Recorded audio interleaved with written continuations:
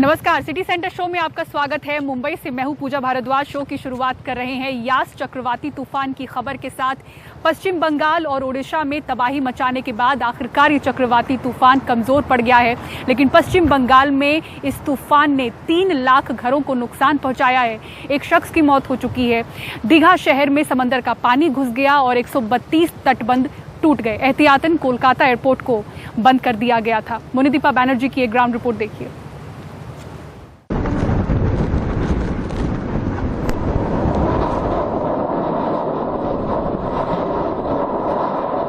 शुक्र है कि ना तो ये 1999 के चक्रवात तूफान जैसा था, ना ही इसमें पिछली मई की अम्फन जैसी शिद्दत थी। पर ऐसा नहीं कि यास ने तबाही नहीं मचाई। ओडिशा और बंगाल के समुद्री इलाकों में 3 घंटे तक तेज हवाओं और बारिश की मार ने खूब तबाही मचाई। दोनों राज्यों में एक जान भी ली। दुर्भाग्यवशत एकजन मारा गेছেন, সেটাও অ্যাক্সিডেন্টাল डेथ। जिस आदमी की मौत हुई वो हादसे से हुई। वो मछली पकड़ने निकल गया था और डूब गया। এটা জাল ফেলতে গিয়ে মাছে শুনলাম সে ডুবে গেছে। पालासोर में 155 किलोमीटर प्रति घंटे की तूफानी हवाओं ने कहर मचाया।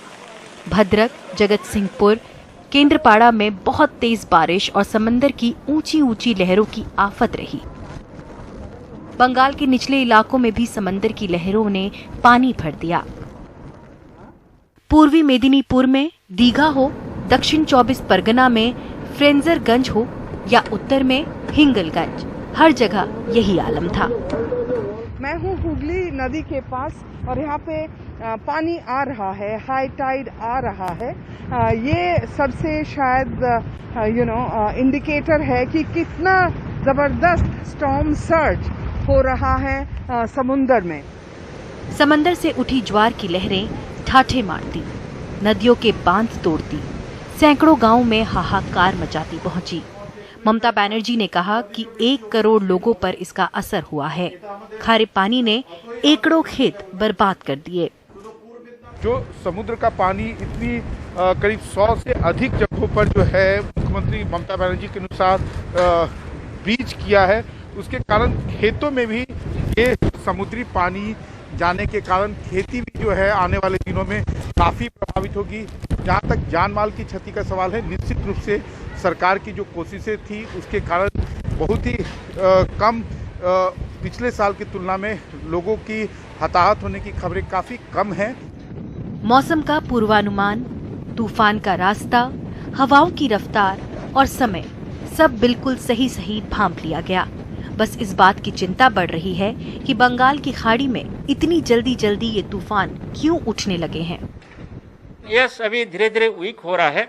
अभी अगले 2 घंटे के अंदर ये वीक होकर एक साइक्लोनिक स्टॉर्म में परिणत हो जाएगा और इसके बाद आज मध्य रात्र को ये उत्तर पश्चिमी दिशा में जाते हुए एक डीप डिप्रेशन में परिणत होगा और कल सुबह झारखंड के ऊपर ये एक डिप्रेशन में परिणत हो जाएगा। बुधवार रात और गुरुवार को यास तूफान पहले झारखंड और फिर बिहार को तेज बारिश में भिगोएगा। ओमान ने इसका नाम यास यानी नाउम्मीदी ठीक ही रखा, क्योंकि ये जहां जहां गया वहां नाउम्मीदी और मायूसी को आंसू रुला गया। मनीष कुमार के साथ मोनिदीपा बैनर्जी की रिपोर्ट, एनडीटीवी इंडिया के लिए। और दिल्ली के मुख्यमंत्री अरविंद केजरीवाल ने वैक्सीन की किल्लत को लेकर पीएम मोदी पर हमले किए हैं और कहा है कि सभी राज्यों को कह दिया गया है कि अपना अपना इंतजाम कर लो। तो कल क्या पाकिस्तान अगर युद्ध करेगा तब भी यही कहेंगे? मार्च में दूसरी वेव शुरू हुई, हमें उसी वक्त दुनिया भर से वैक्सीन मंगवा के लोगों को लगा देनी चाहिए थी, अपने लोगों को लगवा देनी चाहिए थी।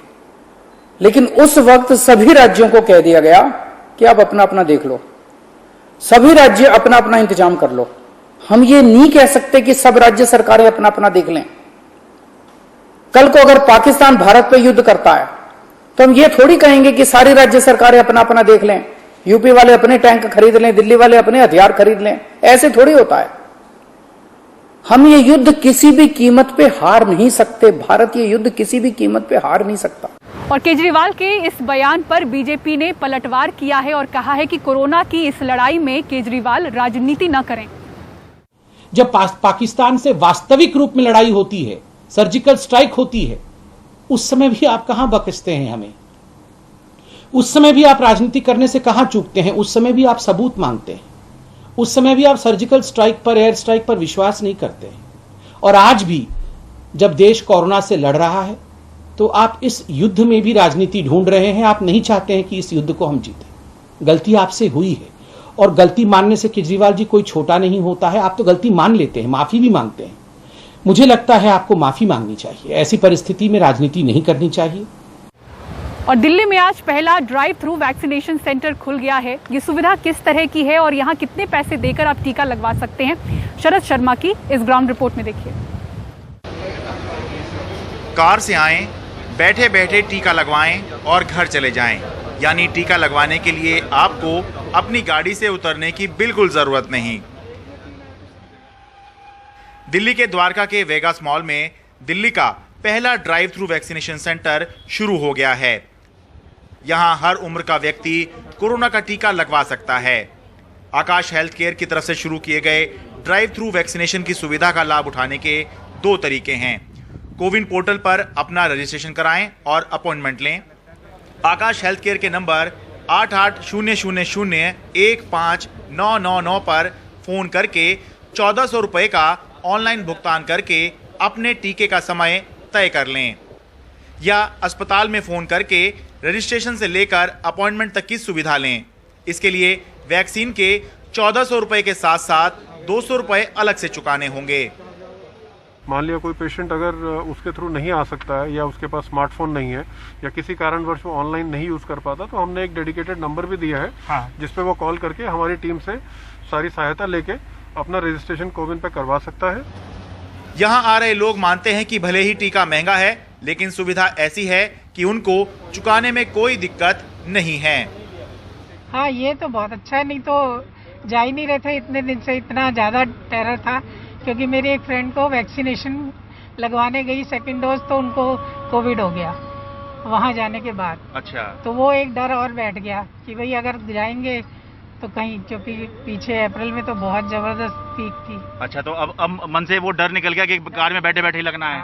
बिल्कुल बिल्कुल बिल्कुल। एक्सपीरियंस बहुत अच्छा है, कन्वीनियंट है और सेफ है। आपको लगता नहीं कि जो चार्जेस हैं वो बहुत ज्यादा हैं? नहीं, मैं नहीं सोचती, क्योंकि आज के टाइम में जहाँ इतना ऑक्सीजन सिलेंडर या बाकी इक्विपमेंट्स पे जो खर्चे करने पड़ रहे हैं, उससे बेटर ऑप्शन है कि हमें ये प्रिकॉशन ले लेना चाहिए।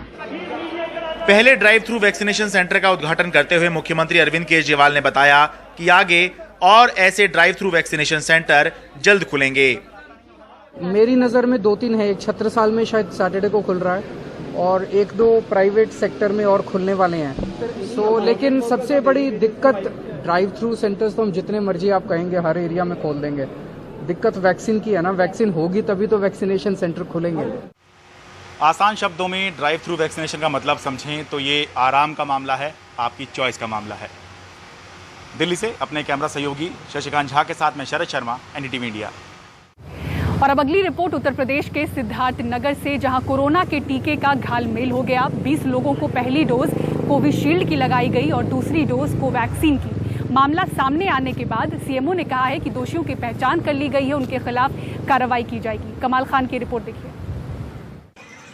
रामसूरत खुश थे कि उन्हें कोविशील्ड वैक्सीन की एक डोज लग गई है, अब दूसरी लग जाएगी तो कोरोना से महफूज हो जाएंगे। लेकिन उन्हें क्या पता था कि दूसरी डोज उनके लिए नई मुसीबत लेके आएगी। दूसरी डोज में उन्हें कोवैक्सीन लगा दी गई।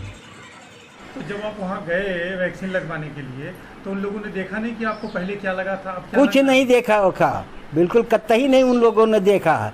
आशा दूसरे जगह खड़ी हुई थी और वो तो अपना बैठी हुई थी, संभाल करके बैठी हुई थी। अच्छा, आपको पता कैसे चला ये कि आपके साथ गलत हो गया? वो बाद में पता चला है, जब उसका वैक्सीन खत्म हो गया तो उसने कहा कि यहाँ अब हमारे पास ये नहीं है, वैक्सीनें नहीं है, तो वहाँ से मंगाया गया वैक्सीन। तो वहाँ डॉक्टर ने बताया कि ये तो गलत हो गया, वहाँ लग गया दूसरा सुई, तब हम लोग जान पाए। रामसूरत भले अंदर से ठीक हों, लेकिन इस कांड से उनके अंदर दहशत पैदा हो गई है। पूरे वक्त उन्हें लगता रहता है कि उनके शरीर में कुछ हो रहा है। कोवैक्सीन लगा दिया, लगाना चाहिए, ये कोविशील्ड लगाना चाहिए। तो अभी तो भी अंदर बना हुआ शरीर के अंदर है कि कुछ न कुछ जरूर हो न जाए। सिद्धार्थनगर के सीएमओ मानते हैं कि गलती हुई है और दोषियों के खिलाफ कार्रवाई भी होगी। 20 लोगों को कोविशील्ड पहला डोज दिया गया, बाद में उनको कोवैक्सीन लगा दिया गया। तो ये चूक नहीं है सर? ये चूक तो है, क्योंकि गवर्नमेंट ऑफ इंडिया का अभी कोई मिनिस्ट्री ऑफ हेल्थ की कोई ऐसी गाइडलाइन नहीं है कि कॉकटेल लगे, जिसको जो पहला डोज लगना उसी को दूसरा डोज लगना। ये चूक तो है, जिसके लिए हमने इंक्वायरी ऑर्डर की थी और हमारे वरिष्ठ चिकित्सक लोग जाकर उनको इंक्वायरी की, उन्होंने अपनी रिपोर्ट दे दी है। इसके पहले अप्रैल में शामली में 2 महिलाओं ने टीका लगवाने के बाद जब एएनएम से आधार नंबर नोट करने कहा तो एएनएम ने बताया कि कुत्ता काटने के टीके में आधार नंबर नोट नहीं होता। तब उन महिलाओं को पता चला कि उन्हें कोरोना वैक्सीन के बजाय एंटी रैबीज इंजेक्शन लगा दिया है। कोरोना वाला टीका लगवाने के लिए गई थी, उन्होंने मेरे कुत्ते का टीका लगा दिया और मुझे चक्कर से आने लगे, वहाँ दिक्कत बन गई। मैंने कहने लगी आधार कार्ड जमा हो, तो कहने लगे आधार कार्ड की पर्ची की कोई ज़रूरत नहीं। तो आपको कैसे पता लगा कि कोरोना का नहीं है, कुत्ता काटना? फिर मैंने जब आधार कार्ड नहीं लिया, कहने लगे तो कुत्ता काटेगा। कानपुर के एक पीएचसी में तो एक महिला को एएनएम ने 2 बार टीका लगा दिया। महिला ने जब उससे पूछा कि क्या आप दोनों डोज एक साथ लगने लगी है, तो एएनएम ने कहा कि अच्छा, इसके पहले भी तुम ही यहाँ बैठी हुई थी, ये तुम्हारी गलती है, तुम यहाँ क्यों बैठी थी। इस तरह के वाकये एक बहुत गंभीर मामले में बहुत बड़ी लापरवाही है, जिसे दूर करने की जरूरत है। सिद्धार्थनगर में सलमान आमिर और कैमरामैन राजेश गुप्ता के साथ कमाल खान, एनडीटीवी इंडिया। महाराष्ट्र राज्य में कई सारे समुदाय ऐसे हैं जो टीके से बच रहे हैं। पालघर के आदिवासियों से बात करके हमने जाना कि उनके अंदर जागरूकता की कमी है और अफवाह कुछ इस तरह से फैली है कि उन्हें लगता है टीका लेने के बाद मौत हो सकती है। सुनील सिंह की पालघर से ये ग्राउंड रिपोर्ट देखिए। मुंबई से सटा पालघर जिला। मुंबई में टीका लगवाने के लिए भीड़ लगती है, लेकिन पालघर के आदिवासी इलाकों में टीका केंद्र सूने पड़े हैं। वजह है आदिवासियों में भ्रम और खौफ।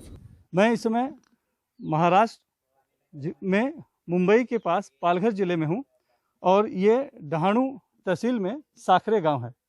यहाँ बताया जा रहा है कि तकरीबन 3000 जनसंख्या है इस पूरे गांव की, लेकिन बहुत ही गिनती के लोगों ने टीका लिया है। लोग टीका लगवाने बहुत कम जा रहे हैं। क्यों कम जा रहे हैं, तो वही बताया जा रहा है कि डर और खौफ है, लोगों में थोड़ा सा भ्रम है। क्यों नहीं लिए? मैंने वैक्सीन नहीं लिया। कौन ही सांगत आमचं वाली काय? मेरे पति ने कहा नहीं लेने के लिए, इसलिए अब डर लगता है। तब नहीं गेलो। मतलब डर लगता है? हाँ। नहीं लिया। आपने भी नहीं लिया? आपको भी डर लगता है? डर तो लगता है ना। वो लोग दूसरा बोलता है कि टीका लेने के बाद में लोग मर जाता है, लेकिन वो टीका तो कोरोना से बचाने के लिए, बीमारी से। हाँ। कोरोना बीमारी से बचेंगे तो जिंदा रहेंगे। अपन लोग बोलता है ऐसा कि टीका लगाने के लोग मर जाते हैं, इसके लिए। तो आप गए नहीं? मैं गया नहीं। आपने टीका लगवाया कोरोना का? नहीं। क्यों? डर लगता है। आपको किससे डर लगता है? सुई के। सुन के क्या? सुई मारते थे। अच्छा, सुई से डर लगता है। हाँ। आदमी मर जाता है इसे बोल रहे थे। वनगा भी बोल रहे थे। वो ओइना में तो हॉस्पिटल है ना, इनके सामने भी बोल रहे थे। मतलब कौन लोग बातचीत करते आपस में? हाँ। लेकिन कभी देखा किसी को टीका लगा मर गया? वो तो नहीं देखा। साखरे गांव के पंचायत सदस्य रघुनाथ मोरे का कहना है कि इसके लिए गांव में मीटिंग भी हो चुकी है, लेकिन लोग समझने को तैयार ही नहीं है। 3000 की बस्ती वाले गांव में अभी तक सिर्फ 20 से 25 लोगों ने टीका लगवाया है। हम लोगों ने बहुत समझाने की कोशिश की, लेकिन वो बोलते हैं कि इतना लोग मर रहे हैं और हम लोगों को मरवाने के लिए लेके जा रहे हैं कि आप लोग ऐसे बोल रहे हैं। लेकिन कहाँ मरा है? टीका से तो कोई मरा नहीं है। हाँ, टीका लेने से कोई मरा नहीं। कहाँ से कहाँ अफवाह की वजह से जो भी मन में आता है वो बोल देते हैं। तो आप लोग समझा नहीं पा रहे? हाँ, समझा नहीं पा रहे हैं। बहुत अच्छी मीटिंग ली है हम लोगों ने समझाने की, अगर समझ में नहीं आ रहे हैं। पास के ही ऐना गांव में टीकाकरण केंद्र है, जहां एक दिन में 100 डोज देने का लक्ष्य है, लेकिन दिन भर में मुश्किल से 30 लोग ही टीका लगवाने आते हैं। यहाँ पे थोड़े मतलब लिटरेसी रेट कम होने के कारण उनमें थोड़ा कम होता है कि क्या करें, उनमें मतलब कोई बताने वाला नहीं है, तो उसके ऊपर अभी हम काम कर रहे हैं। हमारे साथ हैं नर्स हैं इस आरोग्य केंद्र की। मैम, क्या नाम हुआ आपका? मेरा नाम मयूरी मनोहर पाड़वी, एएनएम हूँ। अच्छा, ये बताइए कि आप यहाँ पर भी रहती हैं और शायद गांव में भी जाती होंगी। हाँ। तो जब आप लोग गांव में जाते हैं ये टीका लगवाने के लिए कि आ जाइए लोगों को बुलाने या जागरूकता के लिए, तो क्या लोग आप लोग से बात करते हैं, सामने आते हैं या क्या होता है? नहीं, वो घर में रहते हैं, नहीं बोलते ज्यादा। अच्छा, बात नहीं करते? नहीं। क्या ऐसा भी हुआ है कि कभी उन लोगों ने गुस्सा किया हो या चले जाओ ऐसा कुछ बोलते रहते? नहीं, मेरे को तो नहीं, लेकिन हाँ। आशा को डांटते वो लोग। अच्छा। हाँ, सुनते नहीं उनकी? नहीं सुनते, क्यों हमारे ऐसा? को नहीं लगाना का टीका, ऐसा बोलते। पालघर की जो जनसंख्या है वो तकरीबन 30 लाख के करीब है और टीका जो अब तक लग पाया है सिर्फ 70,000 के करीब, और उस हिसाब से देखें तो जो एवरेज यानी औसत बैठता है वो 2.36 के आसपास बैठता है, जबकि पूरे महाराष्ट्र में 3.5% का औसत है। तो साफ तौर पर लोगों में भ्रम है, खौफ है, ज़रूरत है ज़्यादा से ज़्यादा जागरूकता की, ताकि लोग आगे आएँ और कोरोना जैसी महामारी से खुद को बचाने के लिए टीका लगवाएं। पालघर से कैमरामैन संजय मंडल के साथ सुनील सिंह, NDTV इंडिया के लिए। बात कर्नाटक की करते हैं, जहां बीते 1.5 महीनों में कोरोना से संक्रमित मरीजों की मौत का जो ग्राफ है वो तेजी से ऊपर गया है। गैर सरकारी आंकड़ों की माने तो होम आइसोलेशन में 500 से 700 के करीब मरीजों की मौत हुई है। सरकार भी होम आइसोलेशन में हुई मौतों से इनकार नहीं कर रही है। निहाल किदवई की रिपोर्ट देखिए।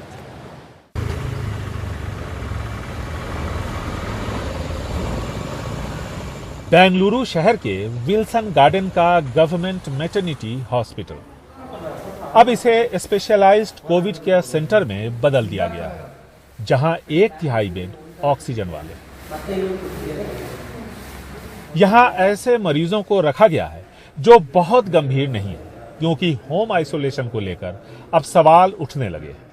एक अनुमान के मुताबिक पिछले 1.5 महीने के दौरान जब कर्नाटक में हर रोज कोविड संक्रमण के 20 से 40 हजार केस सामने आ रहे थे, तब लगभग 750 मौतें होम आइसोलेशन के दौरान हुई।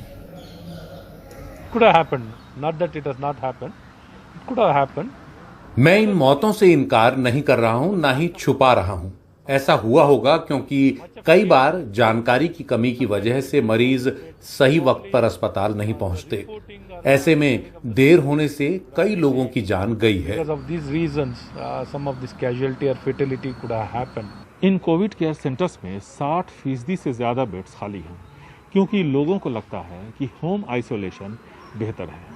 लेकिन सरकार अब ये सुनिश्चित करना चाहती है कि जिन लोगों की RT-PCR रिपोर्ट पॉजिटिव आई है, उन्हें इन सेंटर्स में ही लाया जाए, यहीं उन्हें रखा जाए, क्योंकि सरकार अब जोखिम उठाना नहीं चाहती।